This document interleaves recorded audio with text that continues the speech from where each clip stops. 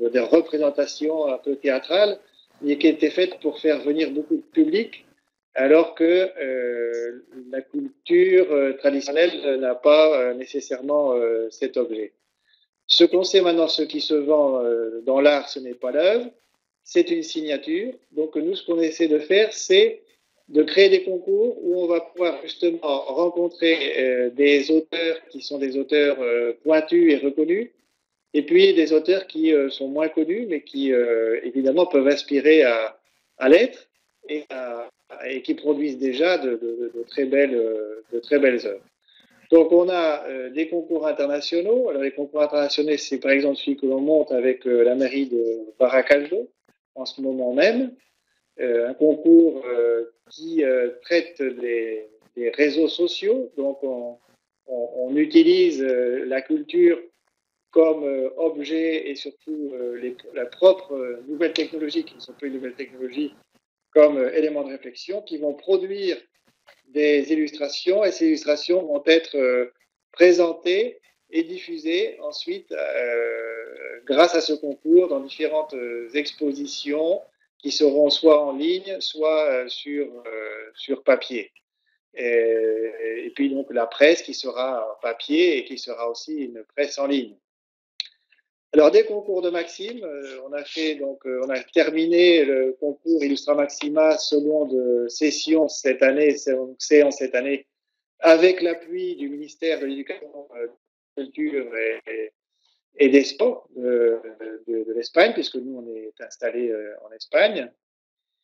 Ce qui ne nous empêche pas, évidemment, d'avoir eu des participants de France et de tous les pays francophones, enregistrés ou non d'ailleurs, puisque le Vietnam, on ne sait plus trop si c'est un pays très francophone, mais enfin, il est quand même participant de ce monde francophone. Par contre, la Côte d'Ivoire, il n'y a aucun doute, le Cameroun, le Sénégal ont envoyé des œuvres. Donc, c'est ouvert à tous et nous, on travaille dans ce domaine sur le principe du multilinguisme. Donc, chacun choisit un peu sa langue d'usage. Et puis, les concours pédagogiques. Alors, les concours pédagogiques, ce sont des concours qui sont faits pour des apprenants de langue ou pour des personnes qui apprécient un domaine plus particulier. Et donc, on crée des concours comme on vient de le faire, et là aussi c'est en marche en ce moment, Irureun, c'est un nom basque, sur la littérature. Alors, voyez, dans la première fiche, on parlait d'un ensemble de projets traditionnels, packaging, qui avaient une sensibilité qui était papier et aussi Internet. Autant la partie de dynamisation est devenue complètement tournée sur Internet. C'est-à-dire qu'il n'y a qu'Internet. On n'envoie aucun fichier papier. Donc, vous voyez, on voit comment une maison d'édition peut maintenir donc les deux piliers de papier et Internet, et les applications, et en même temps que sa promotion soit complètement dérivée vers des types de communication en ligne.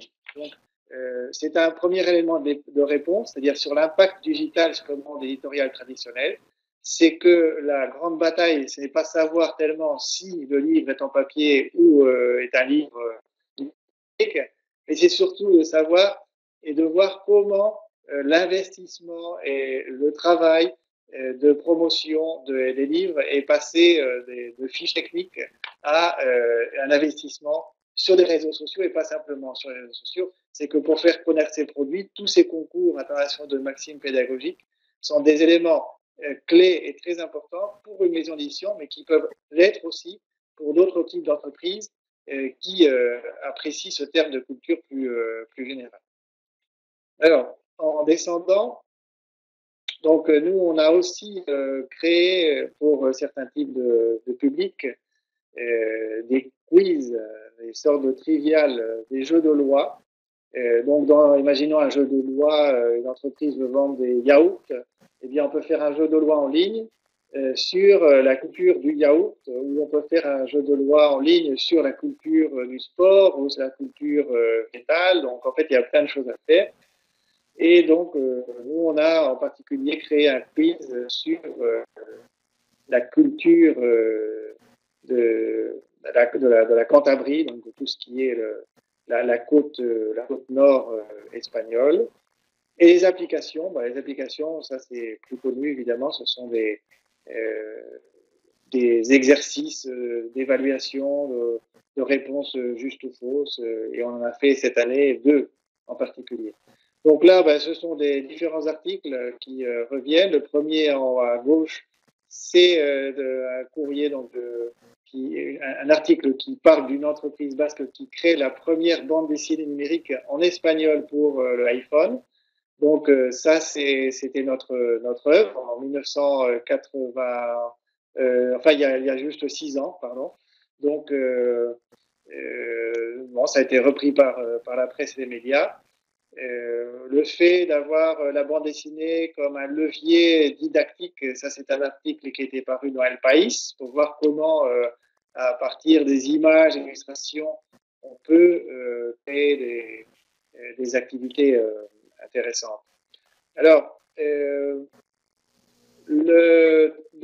l'élément complémentaire, puisqu'il reste, je crois, maintenant 3 minutes, c'est simplement parler assez rapidement d'une galerie que l'on a montée, qui va dans la droite ligne de la maison d'édition, donc qui travaille à des axes de diversification et développement. Donc on a vu, il y avait l'édition telle qu'on a vu, on a vu les concours, on a vu les applications qui ne sont pas forcément des livres aussi simples, hein, puisque là, ce sont des livres où il faut avoir une question-réponse, et puis un certain nombre d'exercices qui invitent les lecteurs à être participatifs. Et puis donc la galerie, ce serait le quatrième élément. Donc une galerie pour faire quoi? Une galerie pour mettre en valeur les œuvres de tous nos auteurs qui évidemment produisent mais qui n'ont pas tout vendu. Donc on expose un certain nombre d'œuvres qui nous semblent intéressantes et on les vend de deux manières, soit en tirage limité, donc de 1 à 30, ça s'appelle un tirage d'art, ou bien alors des licences d'usage qui permettent à des entreprises intéressées d'utiliser en fonction du nombre de copies dont elles ont besoin, en fonction du format, en fonction du support, les œuvres qui sont dans cette galerie qui s'appelle Imagine. Donc, Imagine, c'est un mot valise entre Imagine et art. Donc, imagine.fr pour les personnes qui voudraient participer. Alors là, donc, pour terminer, faut-il en imprimer des livres et des bandes dessinées ou bien passer au tout numérique? Donc là, on met papier ou numérique. Hein. On voit dans cette image de bande dessinée que bon, on est dans la préhistoire. Hein, des hommes dessinaient déjà sur les murs. C'était un très bon support et leurs œuvres étaient magiques et magnifiques. Et ils n'utilisaient ni le papier ni le numérique. Donc nous, on utilise encore le papier. Le monde tend vers un outil, mais c'est surtout un élément de communication.